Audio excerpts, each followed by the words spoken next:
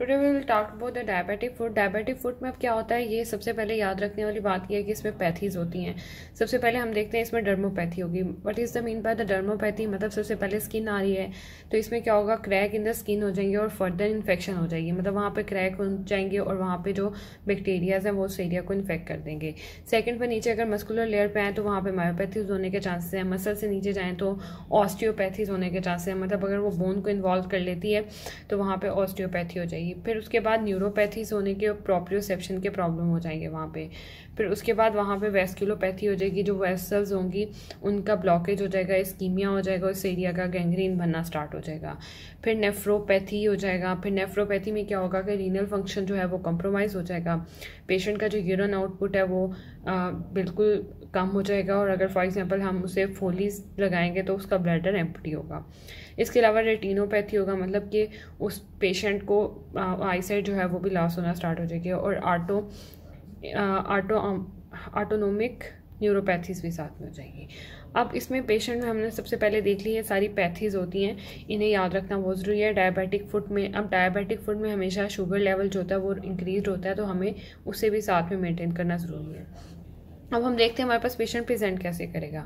सबसे पहले जो साइन या सिम्टम शो होगा उसमें क्या होगा कि स्किन रेडनेस होगी, मतलब पेशेंट कहेगा कि उसका जो टो है ना वो रेड है। अब ज़रूरी नहीं है कि टो रेड है तो सिर्फ टो इन्वॉल्व हो, वो हमने फिर फर्दर एग्जामिनेशन में देखना है कि सिर्फ टो इन्वॉल्व है या बाकी भी स्किन जो हमारे पास पाँव है वो इन्वॉल्व है, एंकल जॉइंट तक या उससे भी ऊपर तक।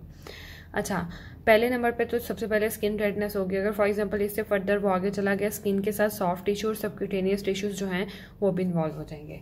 फिर जब फर्दर आगे जाएगा तो स्किन, सॉफ्ट टिश्यू और साथ में ये बोन्स को इन्वॉल्व कर लेगा, ऑस्टियोमाइलाइटिस कॉज कर देगा। और फिर ऑस्टियोमाइलाइटिस के बाद क्या होगा, वहाँ पर सिस्टेमिक सेप्सिस स्टार्ट हो जाएगा। अब हम देखते हैं कि हम इसे देखते कैसे हैं कि ये टेस्ट वगैरह जो हमने कराने हैं कि ये कहाँ तक इन्वॉल्व है और हमने इसे कैसे ट्रीट करना है। सबसे पहले जो हमने टेस्ट कराना है ना इसका, वो आएगा हमारे पास एक्सरे।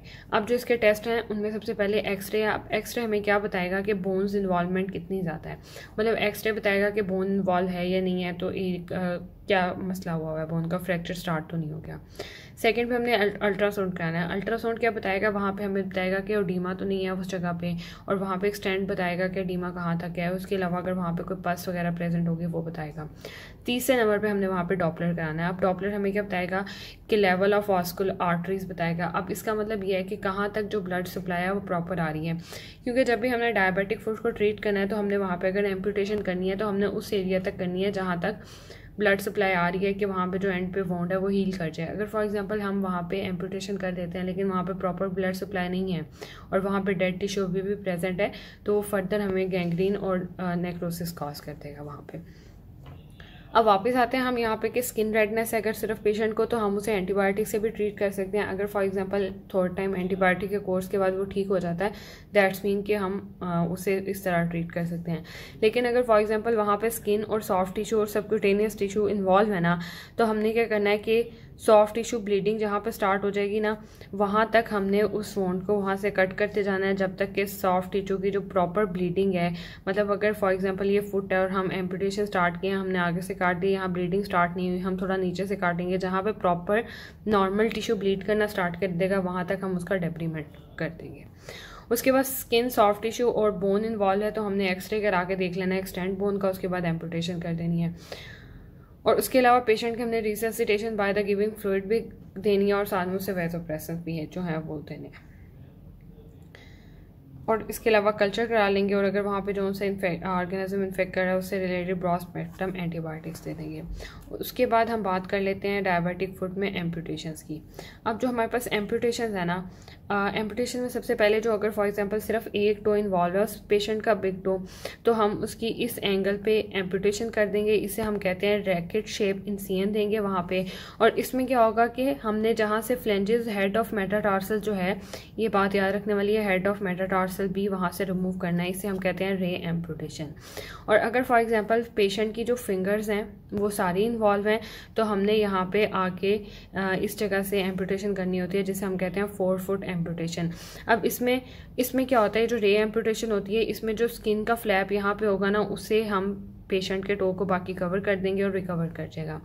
अब जब हमने कोई भी एम्पुटेशन करनी है तो वहाँ पे जो हमने रिकवरी के लिए एरिया लगाना है वो थिक होना चाहिए। तो जो हमारे पास सोल होगी ना, हमने उसका फ्लैप यूज़ करना है, उसे टर्न आउट करके ऊपर प्लांटर सरफेस से ले आएंगे और उसे हम 4 फुट को कवर करने के लिए मतलब नीचे से एक फ्लैप उठाएंगे और उसे इस एरिया पे लगा देंगे, जो बाद में हील करके साथ जुड़ जाएगा।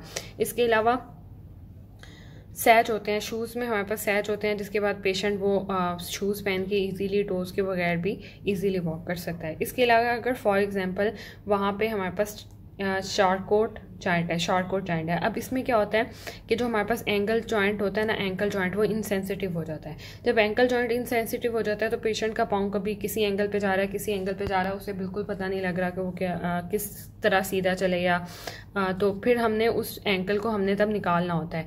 इसकी 2 इंडिकेशंस होती हैं, एक कि अगर वहाँ पे ब्लड सप्लाई नहीं आ रही तो भी हमने उस एरिया को रिमूव कर देना है। दूसरा, अगर फॉर एग्जांपल जो जॉइंट है वो इन्वॉल्व है तो हमने उससे उसकी भी एम्पुटेशन कर देनी है। तो इस पेशेंट में अगर फॉर एग्जांपल एंकल जॉइंट का प्रॉब्लम है तो हम बिलो नी एम्पुटेशन करेंगे। अब जो हमारे पास बिलो नी एम्पुटेशन है, इसमें हम जो है फ्लैप पीछे से काफ मसल का फ्रॉम बैक यूज़ करते हैं और फिर हम इस एरिया को कवर कर देते हैं और वो वापस हील कर जाता है। अब दोबारा वही बात है कि लैक ऑफ जिस एरिया पे ब्लड सप्लाई होगी और नॉन फंक्शनल जॉइंट होगा, हम उसे कभी भी प्रिजर्व नहीं कर सकते। एम्पुटेशन के दरमियान हमें उन्हें रिमूव ही करना पड़ेगा। अब एक है हमारे पास अबव नी एम्पुटेशन। अगर फॉर एग्जांपल वहाँ पे नी जॉइंट है वो इन्वॉल्व है तो हमने उसकी थाई पे यानी अबव नी एम्पुटेशन करनी है। अब इसमें जो इंसियन होती है उसे बोलते हैं फिश माउथ इंसियन। अब इसके दरमियान में बोन आ रही होती है तो साइडों से दोनों फ्लैप लेके उन्हें लाके मिड में जोड़ देना होता है, तो वो एक फिश माउथ इंसियन बन जाती है। मतलब अगर यहाँ पे है तो यहाँ से एक फ्लैप आएगा, यहाँ से आएगा, इन दोनों को आपस में जोड़ देंगे तो ये फिश माउथ इंसियन बन जाएगी। फिर इसके अलावा इन सारे ट्रीटमेंट के साथ हमने पेशेंट का जो ग्लाइसेमिक कंट्रोल लेवल होता है उसे कंट्रोल करना होता है। इसके अलावा इसमें 3 आइज़ इंपॉर्टेंट है जो हमने देखने होते हैं। एक देखना होता है उस एरिया में कोई इन्फेक्शन बाकी तो नहीं है, उसका हमने एंटीबायोटिक ट्रीटमेंट देना है। इसके अलावा वहाँ पे इंसुलिन जो होती है बहुत ज़्यादा हाई हो जाती है या इंसुलिन रेजिस्टेंस स्टार्ट हो जाती है, डेफिशिएंसी स्टार्ट हो जाती है या बैड इंसुलिन दे रहे होते हैं हम पेशेंट को। इसके अलावा 3rd आई में हमारे पास इन्फॉक्शन होती है। इन्फॉक्शन में हम ड्रॉप आई वगैरह करा के देख लेते हैं। अगर ये तीनों नॉर्मेलिटीज़ प्रेजेंट है वहाँ पे तो इन्हें भी हम सॉल्व करेंगे डायबिटिक फुट में।